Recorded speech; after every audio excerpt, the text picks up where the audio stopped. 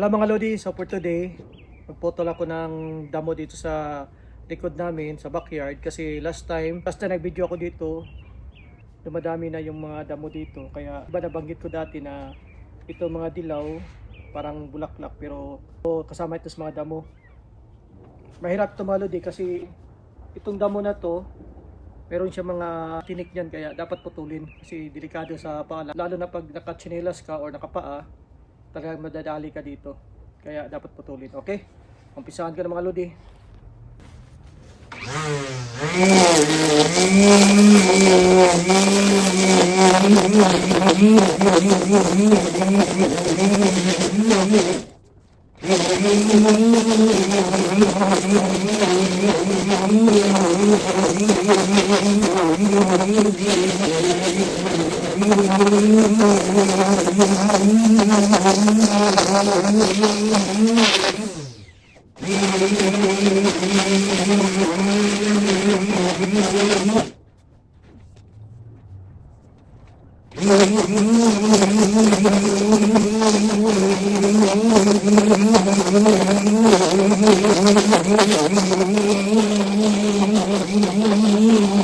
Sakit ang kamay ko.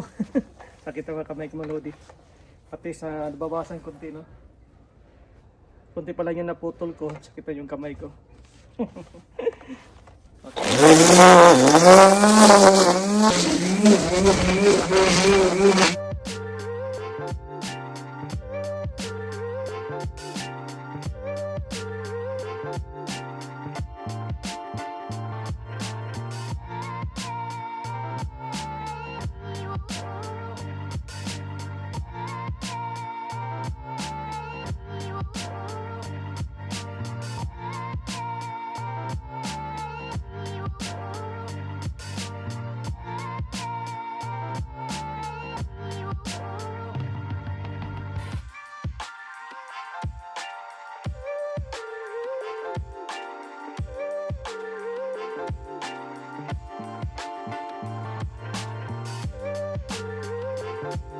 Mao na ni ang after mga Lodi.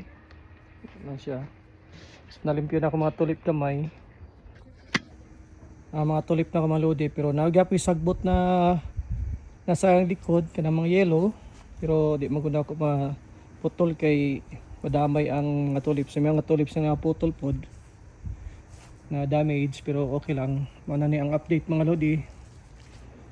O di ba? Klaro ng bulak dito. Tapos siligan na lang ni unya para mahuman na dayon.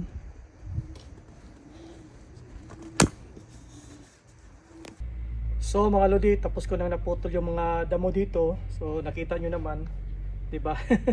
Nakalata pa yung mga gamit ko.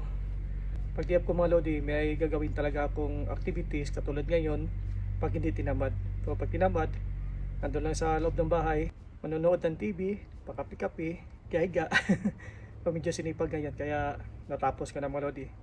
Matagal ko ng planong gawin to, pero masama kasing panahon. Ayun, masama ding panahon, pero medyo okay naman, di umulan. Siguro maya uulan na to. So yun lang mga Lodi, ang update ngayon. Yo, explain ko muna.